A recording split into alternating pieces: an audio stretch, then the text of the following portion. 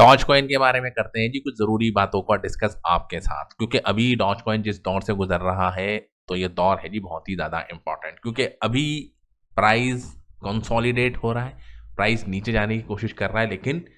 जो बायर्स हैं पोजीशन लगा रखी है वो यहाँ पर बाई कर। अब बाई यहाँ पर क्यों हो रहा है और आने वाले वक्त के अंदर क्या रेजिस्टेंस हमको देखने को मिल सकते हैं और कहाँ तक और प्राइस अभी जा सकता है, तो थोड़ा अपडेट लेंगे और मार्केट के अंदर कौन कौन सी बड़ी अपडेट जो इस वक्त चल रही हैं जिसका इम्पैक्ट आप देख सकते हैं कि डॉज कॉइन के ऊपर पड़ सकता है। क्योंकि डॉज कॉइन की अगर हम बात करें, कोई छोटा मोटा कॉइन नहीं है जी, सबसे बड़ा मीम कॉइन है और सबसे ज़्यादा किसी मीम कॉइन के अंदर पैसे लगे हुए हैं जी दुनिया के हर कंट्री के अंदर। खासतौर से इंडिया की अगर हम बात करें तो इंडिया के मोस्टली ऐसे इन्वेस्टर्स हैं जो सिर्फ डॉज कॉइन का नाम सुन के ही क्रिप्टो के अंदर आए हैं, तो उनका भी बहुत ज़्यादा पैसा लगा हुआ है। तो इम्पॉर्टेंट हो जाता है कि डॉज कॉइन को थोड़ा सीरियसली लिया जाए, भले ही प्राइस बहुत ज़्यादा नीचे है, अगर अपने ऑल टाइम हाई से देखेंगे तो बहुत ज़्यादा नीचे है, लेकिन एक अपॉर्चुनिटी हमको ये यहाँ पर देखने को मिल रही है। क्योंकि किसी टाइम के ऊपर आप देख सकते हैं 70 रुपये तक इसका प्राइस चला गया, तो अभी आप देख सकते हैं कि 12 रुपये 11 रुपये के बीच में आपको ये देखने को मिल रहा है। थोड़ा चार्ट को अगर देखें तो अच्छी बात ये हुई है कि यहाँ पर एक ब्रेकआउट हमको देखने को मिला है। ठीक है, जिस ब्रेकआउट की लास्ट वीडियो के अंदर हमने आपके साथ बात की थी कि ये ब्रेकआउट होना ज़रूरी है, तो फाइनली आप देख सकते हैं कि एक ब्रेकआउट हुआ एक अच्छा खासा प्राइस के अंदर। अगर अभी आप यहाँ से देखेंगे तो तकरीबन यहाँ से बॉटम बना, यहाँ से 2 बार इसने चेक करा और यहाँ से तकरीबन प्राइस के अंदर 33% का इंक्रीमेंट आया है। ठीक है, यानी कि प्राइस अगर आप देखें तो 15 की सीरीज तक गया और 15 की सीरीज से दोबारा से आप देखेंगे कि 13 की सीरीज के ऊपर है। ठीक, तो मेजर अभी 2 रेजिस्टेंस यहाँ पर हमको देखने को मिलेंगी। एक तो ये वाला रेजिस्टेंस 15 की सीरीज का रेजिस्टेंस बड़ा रेजिस्टेंस है, क्योंकि ये जो लाइन आपको दिख रही है ये है जी 15 दिन की 50 दिन की मूविंग एवरेज, तो 50 दिन की मूविंग एवरेज को क्रॉस करे। ठीक है, और उसके बाद एक बड़ा रेजिस्टेंस 17 की सीरीज का 200 दिन की मूविंग एवरेज, ये अपने आप में क्रॉस करे और इन दोनों का गोल्डन क्रॉस हो, यानी कि 50 दिन की मूविंग एवरेज क्रॉस करके 200 दिन की मूविंग एवरेज को जाए। ठीक है, तो भी एक पॉजिटिव सिनेरियो यहाँ पर बन सकता है, लेकिन उससे पहले ठीक है सपोर्ट को भी हम आप ध्यान रखें, क्योंकि सपोर्ट पे भी प्राइस जा सकता है, क्योंकि यहाँ पर हाई बनाया लेकिन उसके बाद लो लो बने जा रहे हैं, और लो बनने का मतलब ये कि प्राइस के अंदर दम नहीं है। ठीक है, ऊपर लेवल के ऊपर लोग बाइंग करना ज़्यादा पसंद नहीं कर रहे हैं, शॉर्ट टर्म इन्वेस्टर्स आ रहे हैं जब उनको लग रहा है कि प्रॉफिट हो रहा है तो अपने प्रॉफिट को बुक भी कर रहे हैं जी। यहाँ पर 13 जनवरी को आप देखेंगे अच्छा खासा इंक्रीमेंट आया जी, तकरीबन 9% का एक ही दिन के अंदर 24 आवर के अंदर इंक्रीमेंट आया। जहाँ से रैली स्टार्ट हुई थी फिर तो वहाँ पर आप देख सकते हैं रैली वहीं पर चलेगी, यानी कि जहाँ से प्राइस गया था एक दिन के अंदर 8% बढ़ा 9% बढ़ा, लेकिन 5 दिन के अंदर फिर प्राइस कॉम्बिनेशन के अंदर 8% गिर गया जी लास्ट 5 दिन के अंदर। सेलिंग यहाँ पर देखने को मिली है, लेकिन बल्क सेलिंग नहीं है जी, प्राइस एकदम बहुत तेज़ी से नीचे जाए, जैसे यहाँ पर आप देखेंगे जी बहुत तेज़ी से एक ही दिन के अंदर प्राइस कितना गिर गया। और यहाँ पर आप देख सकते हैं कैंडल स्टिक जो ओपन है और लो है उसके अंदर डिफरेंस बहुत ज़्यादा है, लेकिन यहाँ पर डिफरेंस नहीं है, जो इस बात की तरफ इशारा कर रहा है कि जो सेलर है वो इतने हावी नहीं है। ठीक है, कि वो अपने सारे माल को बेचना चाह रहे हो, कुछ शॉर्ट टर्म इन्वेस्टर्स हैं जो आके अपने माल को ठिकाने लग रहे हैं, लेकिन पुराने जो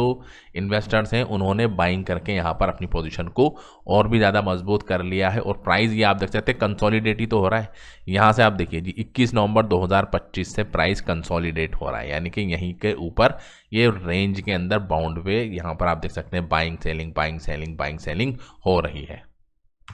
ऑर्डर बुक को देखिए जी यहाँ पर। ठीक है, ऑर्डर बुक में भी आप देखेंगे जो सेलिंग की जो पोजीशंस लगी हुई हैं सबसे ज़्यादा अभी भी आप देख सकते हैं कि 25 की सीरीज़ के ऊपर लगी हुई है जी, शॉर्ट टर्म के लिए जो अभी रिसेंटली लगी हुई है कि 14 की सीरीज़ के ऊपर अगर प्राइस जाएगा तो 25 मिलियन के करीब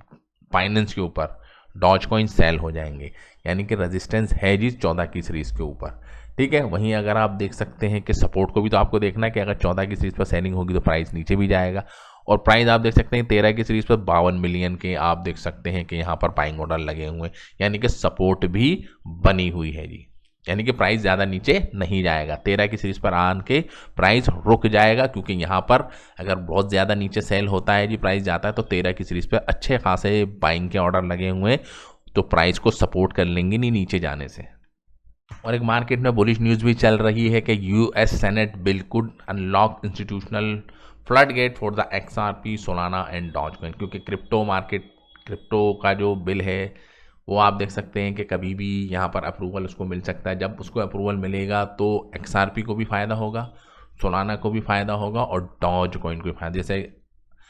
बिटकॉइंस को तो रेगुलेट कर दिया है जी, ETF आ गया तो रेगुलेट हो गया है जी। इथेरियम भी आप देख सकते हैं कि रेगुलेट हो गया, यानी कि अब इतना फ्लैक्चुएशन हमको बिटकॉइन के प्राइस के अंदर देखने को नहीं मिल रहा। तो ये न्यूज़ भी पॉजिटिव हो जाती है कि अगर सेनेट बिल जो है अगर वो पास हो जाता है, सेनेट की तरफ से उसको अप्रूवल मिल जाता है, तो एक इंस्टीट्यूशंस हैं उनके लिए रास्ता खुल जाएगा जी। वो बड़े पैमाने के ऊपर डॉज कॉइन के अंदर एंट्री ले पाएंगे और जितना ज़्यादा इंस्टीट्यूशंस डॉज कॉइन को बाई करेंगे, क्योंकि डॉज कॉइन को जब इंस्टीट्यूशंस बाई करेंगे तो छोटा मोटा थोड़ी ना बाइंग करेंगे। उनको लगा कि हाँ जी रेगुलेशंस आ गया, पिक्चर क्लियर हो रही है, जो धुंध छाई हुई थी जी क्रिप्टो के इर्द गिर्द, जो एक मिस्ट छाई हुई थी जी, उसको साफ कर दिया गया है और इंस्टीट्यूशन देखेंगे गवर्नमेंट ने उसको सपोर्ट कर दिया है जी। तो क्रिप्टो के अंदर डॉज कॉइन को नज़रअंदाज करना, ठीक है, कोई बहुत छोटी बात नहीं है जी डॉज कॉइन को नज़रअंदाज करना, ठीक है, लेकिन डॉज कॉइन को बिल्कुल ही छोड़ देना, क्योंकि डॉज कॉइन अपने आप में है जी बहुत बड़ा मीम कॉइन। और एलॉन मस्क का तो आप देख सकते हैं कि फेवरेट है, तो एलॉन मस्क भी इन फ्यूचर एक्स के अंदर यानी कि ट्विटर के अंदर इसको इम्प्लीमेंट कर सकते हैं जी पेमेंट के लिए। तो बहुत सारी चीज़ें हैं, लेकिन सबकी नज़र टिकी हुई है जी इस बिल के ऊपर। तो अगर ये पास होता है तो डॉज कॉइन के लिए अच्छी बात हो सकती है।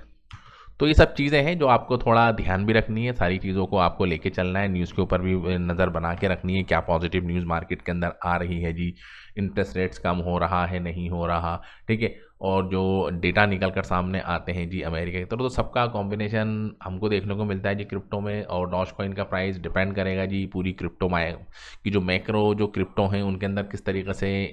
मूवमेंट आता है, बिटकॉइंस क्या 1 लाख के डॉलर को पास करेगा, ठीक है, तो उसके ऊपर भी डिपेंड करता है जी। तो सारी चीज़ें हैं, ठीक है, पिक्चर अभी आप देख सकते हैं स्लोली स्लोली क्लियर हो रही है। बिटकॉइन 80,000 के लेवल से 95,000 के लेवल के ऊपर चला गया है, तो $15,000 का इंक्रीमेंट उसके अंदर भी आया है। और 1 महीने के अंदर भी डॉज कॉइन ने अच्छा खासा इंक्रीमेंट दिया है जी, भले ही ज़्यादा नहीं दिया जी, 5% का इंक्रीमेंट है जी। यहाँ से आप देख सकते हैं 11 की सीरीज से 15 की सीरीज तक गया था,